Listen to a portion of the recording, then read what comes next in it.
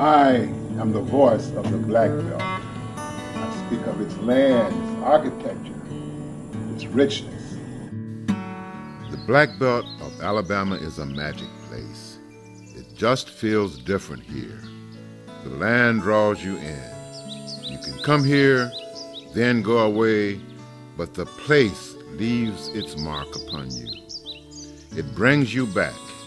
Carl Kalmer was a professor from Harvard who came to the Black Belt in the 1930s. He said, "The Black Belt became, in my mind, a country apart, perhaps under an especial enchantment, exerting a softly insistent influence on all who ever trod its dark soil."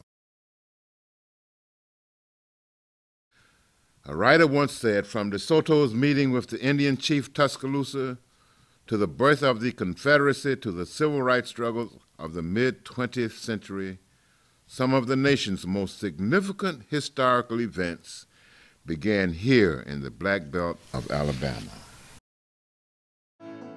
The Black Belt is named for its rich, dark soil.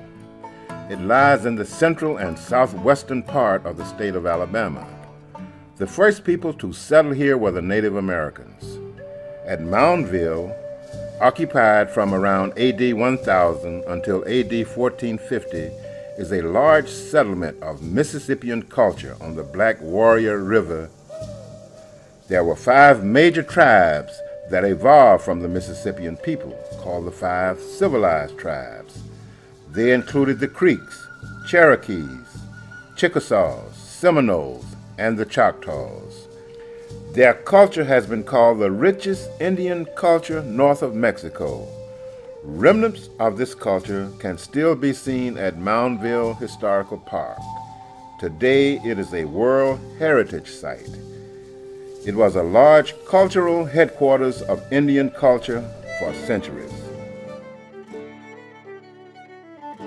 One important feature of the region that is still vital today is its river systems. These rivers were the main mode of transportation until the advent of railroads and the interstate highway system. The Tombigbee is the oldest river with its wide channels. It is part of the Tennessee-Tombigbee Waterway that provides transportation and recreation for the nation.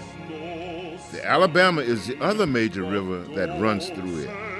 It has the distinction of being the centerpiece of Alabama Scenic River Trail that has drawn international attention as a national river trail. The Cahaba River is the only naturally flowing river left in the area. There are no dams to impede recreational progress on the Cahaba. This is a pristine river known for its surrounding prairie landscape and unique plants found nowhere else. The Cahaba is the most biologically diverse river of its size in the U.S. The prairie landscape was once a large part of the Black Belt, along with the canebrake. Now only 1% remains. We're working to restore this grassland prairie in places like Old Cahaba Archaeological Park and the Black Belt Gardens at the University of West Alabama. Early botanist William Bartram wrote of the vast canebrakes of the Black Belt. These canebrakes were the backbone of the Native American culture. They used the cane in almost every aspect of their lives, from the arrows and fish traps they hunted with to framing the walls of their dwelling. Alabama fever was a land rush that started after 1813, when the Indians were defeated in major battles that opened up the land for settlement. It was one of the major land booms in American history, unrivaled until the California Gold Rush. Among the earliest settlers were the French, deposed members of Napoleon's court who founded the vine and olive colony near Demopolis to grow olives and grapes. Other early settlers came together in forts until the conflict was subdued. The Black Belt was a prime place to settle because of the rich soil, which made some of its landowners some of the wealthiest people in the nation. These slaves were brought upriver from the port of Mobile or overland with their masters who came in with Alabama fever. A small percentage of the settlers were wealthy enough to own slaves. The Civil War has been called a rich man's war and a poor man's fight. The antebellum period prior to the war was when the Black Belt developed some of its finest architecture, preserved in homes and churches throughout the region. There are whole towns like Furman in Wilcox County and Gainesville in Sumter County that are on the National Historic Register. There are places preserved like Marion that are significant both in the antebellum period and the civil rights struggle. Cotton was king of the South, and the Black Belt was its crown jewel. This led to the seceding from the Union over the slavery issue, with the first capital of the Confederacy in Montgomery in the center of the Black Belt. With the end of the Civil War and the tumble of King Cotton from its throne, the Black Belt began its 100-year decline into the richest soil and the poorest people in the nation. Reconstruction was not the hoped-for answer to racial equality.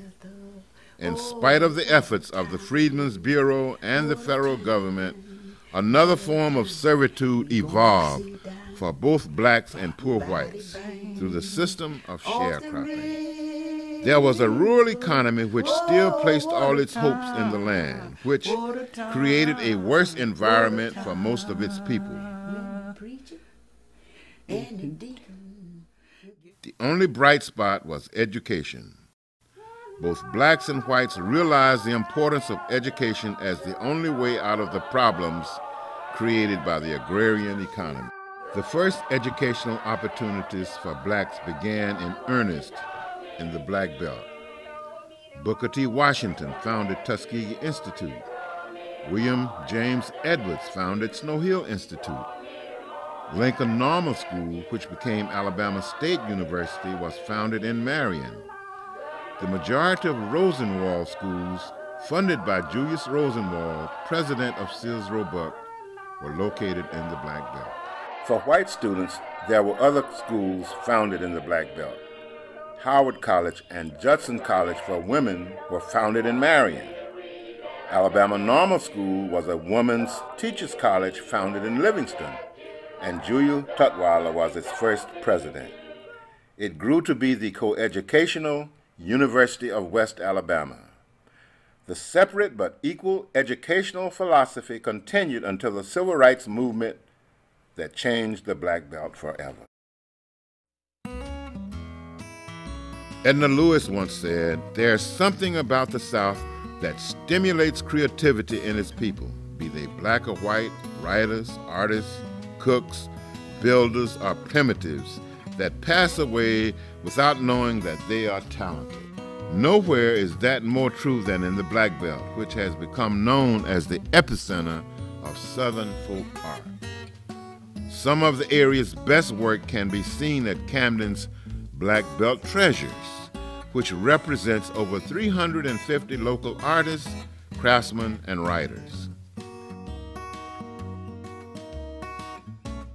Some of the people in the Black Belt went on to become world famous, like Harper Lee, who wrote To Kill a Mockingbird, read by school children everywhere.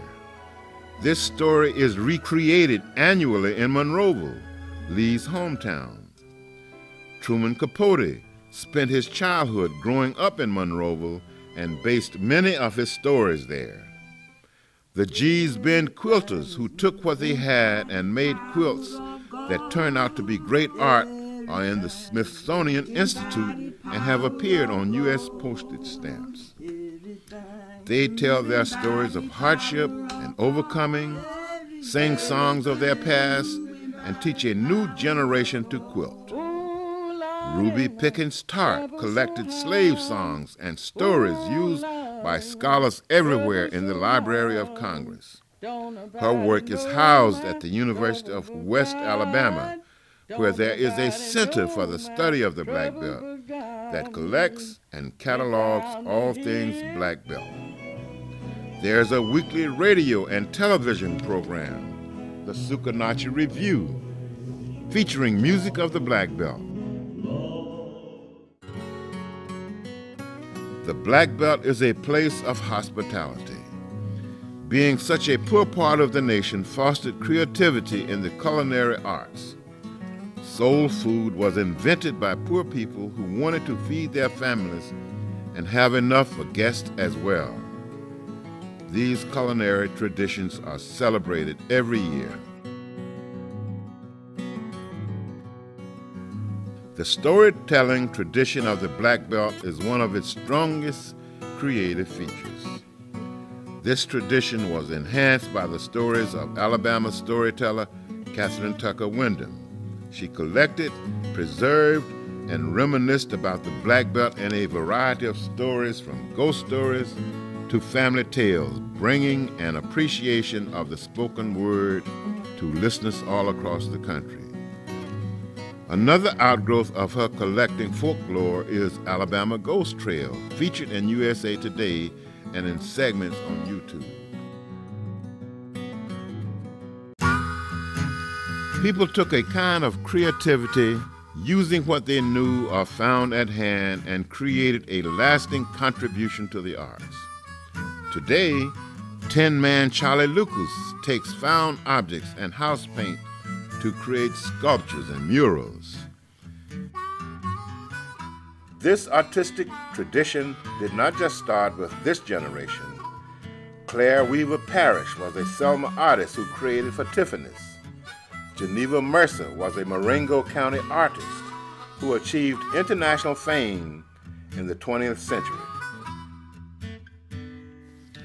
There are traditions passed down in families like basket making, blacksmithing, and furniture making that still flourish.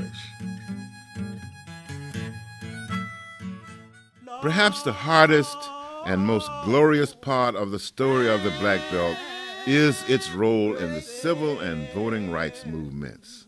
The 60s in Alabama were ushered in with the infamous words of Governor George Wallace: segregation today, segregation tomorrow, segregation forever.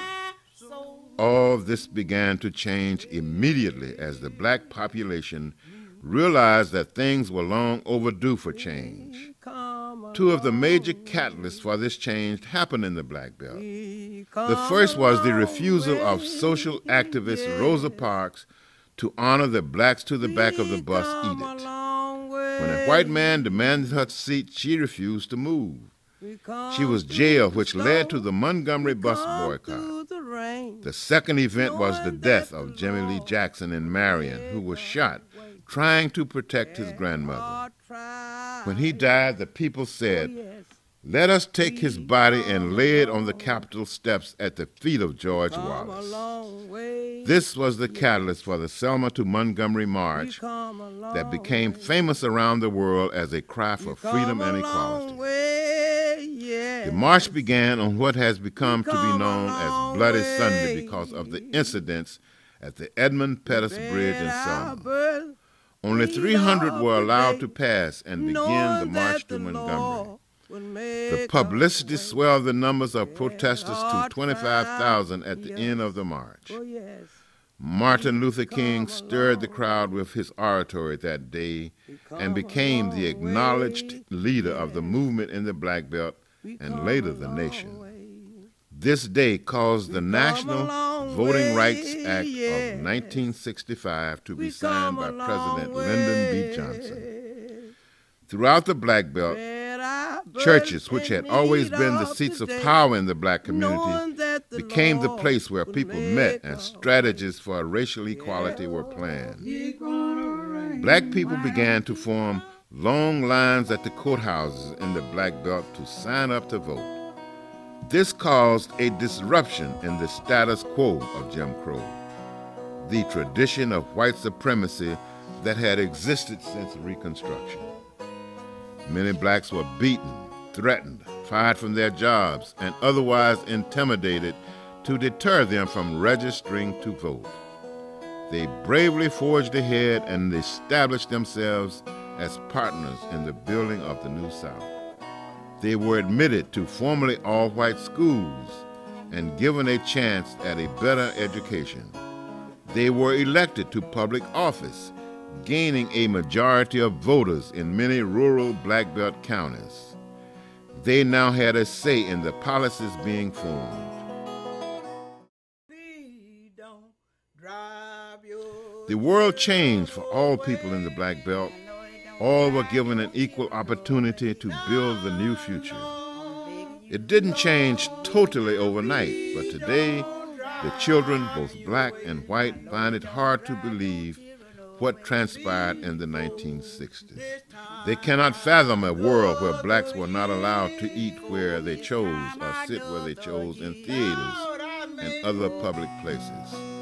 They cannot imagine a world that did not allow black people equal access. Progress has been made toward the equality of all people in the Black Belt. However, there are many who say that blacks should never forget the struggle. This is the conundrum faced by the Black Belt today. What is the answer? The people of the Black Belt continue to work together to look for answers. They focus on the strengths of their culture and the land which they all love. They celebrate their differences and their unity of purpose in living peacefully in a beautiful, and as Carl Kalmah put it, the especial enchanted land. This is the Black Belt.